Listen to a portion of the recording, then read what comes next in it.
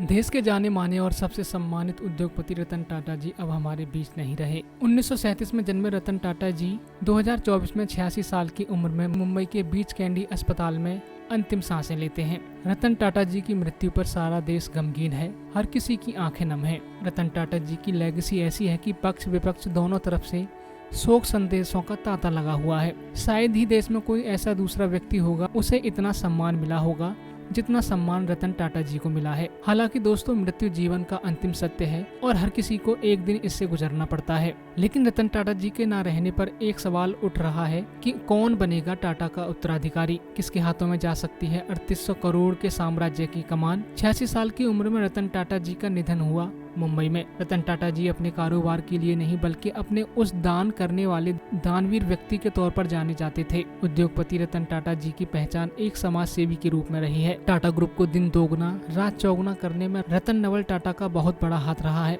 उनके कार्यकाल में टाटा सन्स ने नई ऊंचाइयों को छुआ, देश और दुनिया में कारोबार तेजी से फैलाया। टाटा ट्रस्ट के जरिए देश को आगे बढ़ाने, गरीबों के जीवन स्तर को बेहतर बनाने के लिए रतन टाटा जी ने कई काम किए। टाटा को लाइमलाइट की दुनिया से दूर रहने और सादा जीवन, उच्च विचार वाली जिंदगी के लिए जाना जाता है। लेकिन जब सवाल उनके उत्तराधिकारी का हो रहा है, क्योंकि रतन टाटा जी की शादी तो हुई नहीं थी, भारत चीन युद्ध के चलते उनकी शादी नहीं हो पाई थी, उनकी कोई संतान नहीं है, उनके उत्तराधिकारी को लेकर चर्चा तेज है। 3800 करोड़ के विशाल साम्राज्य को कौन संभालेगा, कौन टाटा एम्पायर की देखरेख करेगा, इस सवाल के कई जवाब हैं। टाटा ग्रुप में उत्तराधिकारी को लेकर पहले से योजनाएं बन रही हैं। एन चंद्रशेखर इस पद पर 2017 से हैं। इसके अलावा टाटा ग्रुप की अलग अलग होल्डिंग कंपनियों में परिवार के अलग अलग लोग भी हैं, जो आने वाले समय में अलग अलग जिम्मेदारियां निभा सकते हैं। इसमें कई नाम है, जैसे एक नाम है नोएल टाटा का। टाटा ग्रुप के संभावित लीडरों में सबसे मजबूत दावेदार नोएल टाटा हैं।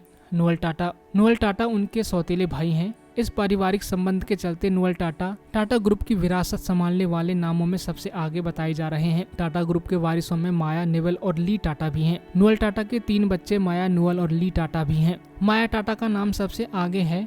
34 साल की माया टाटा ग्रुप में महत्वपूर्ण भूमिका में है और विदेश से पढ़ाई करने के बाद टाटा अपॉर्चुनिटीज और टाटा डिजिटल में बड़े पद पर हैं। टाटा न्यू ऐप लॉन्च करने में उनका बड़ा रोल है। अपने विजन और बेहतर रणनीति के चलते वो एक प्रमुख दावेदारों में है। नेवल टाटा बिजनेस लीडर हैं। 32 साल के नेवल टाटा फैमिली बिजनेस में काफी रुचि रखते हैं। वो स्टार बाजार के मुखिया हैं। एक मुखिया बनने की झलक उनमें भी देखने को मिलती है। हॉस्पिटैलिटी सेक्टर को आगे बढ़ा रही हैं ली टाटा। 39 साल के ली टाटा तीनों भाई बहनों में सबसे बड़ी हैं और इनको टाटा हॉस्पिटैलिटी सेक्टर की रीढ़ की हड्डी कहा जाता है। इन्होंने स्पेन के आई बिजनेस से पढ़ाई की है और ताज होटल, रिजॉर्ट, ताज पैलेस को एक्सपेंड करने में इनकी अहम भूमिका है। रतन टाटा का उत्तराधिकारी इन्हीं में से कोई एक हो सकता है। हालांकि रतन टाटा जी समाज सेवा के लिए जाने जाते थे। बिजनेस रणनीतियों को आकार देने में इन लोगों ने रतन टाटा साहब की मदद की थी। रतन टाटा जी, जिन्होंने जीवन भर शादी नहीं की, उनकी नेट वर्थ 3800 करोड़ रुपए है और सवाल ये है कि रतन टाटा जी के बाद इसकी जिम्मेदारी किसे मिलेगी। इन्हीं में से कोई एक नाम होगा जो शायद इस जिम्मेदारी को संभालेगा। लेकिन रतन टाटा जी का जाना हम सब के लिए दुखद और गमगीन करने वाला विषय है, क्योंकि रतन टाटा जी कोई बिजनेसमैन नहीं थे,